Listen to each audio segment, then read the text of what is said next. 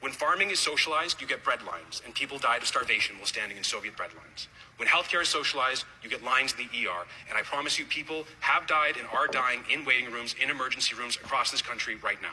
He's a doctor. You might think that I'm being overwrought and seeing the ghost of communism where it does not exist.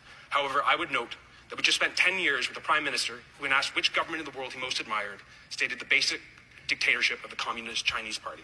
Just wait. A prime minister who released a statement lionizing brutal communist dictator Fidel Castro when he died.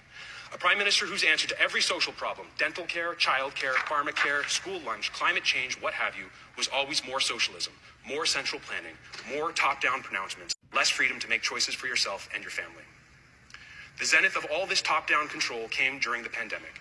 The members opposite went full communism. They locked Canadians down in their homes. They ruined weddings, funerals, Easters, proms, and Christmases. They closed the borders. They kept mothers from children and brothers from sisters. They deprived this house of its ancient rights. They spent $600 billion of taxpayer money with no budget, doubled our national debt to pay healthy 16-year-olds to sit in their basement. Then, as now, they did all this in the name of crisis management.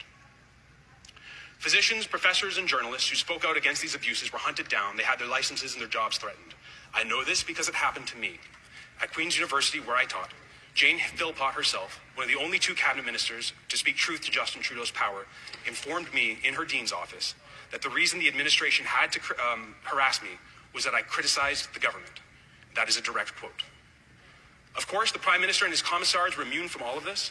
He could attend gatherings of greater than 5 if it suited his political purposes, like a George Floyd protest in Ottawa, and he did. Mr. Speaker, the Liberals claimed unto themselves the power to censor the news, to violate free speech in the name of fighting misinformation, while they themselves promoted misinformation.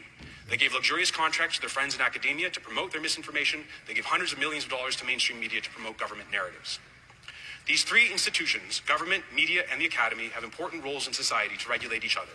But under the federal government's bribery scheme, they have ended up, like the butcher, the baker, and the candlestick maker, out to sea, stewing in each other's bathwater.